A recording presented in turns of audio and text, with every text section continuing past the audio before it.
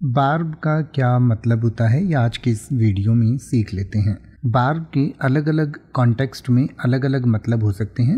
एक तो जो सबसे पहले फिश हुक होता है, तो फिश हुक पर जो एक शार्प प्रोजेक्शन होती है उसको बार्ब कहा जाता है। यानी कि in this sense barb refers to the pointed part of a fish hook that helps keep the hook in place after it has pierced in fish mouth. यानी कि जो तीखा हिस्सा होता है फिश हुक का, यानी मछली के मुंह में जो चुभ जाता है और वो फिर पकड़ बनाए रखता है, तो उसको बार्ब कहा जाता है।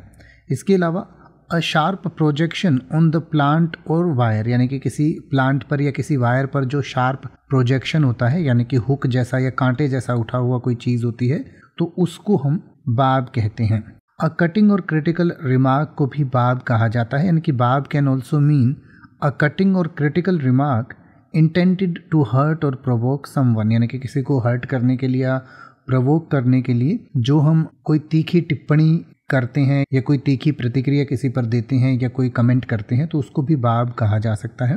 इसके अलावा a defensive feature on fortification, यानी कि जब कोई किला बनाया जाता है तो उसका जो डिफेंसिव फीचर होता है उसको बार्ब कहा जाता है। यानी कि in the context of fortification barb can refer to projecting piece of masonry at the foot of a wall designed to deter attackers from scaling the wall. यानी कि वॉल को या दीवार को तोड़ने से बचाने के लिए जो दीवार के नीचे का जो मोटा हिस्सा होता है उसको भी बार्ब कहा जाता है।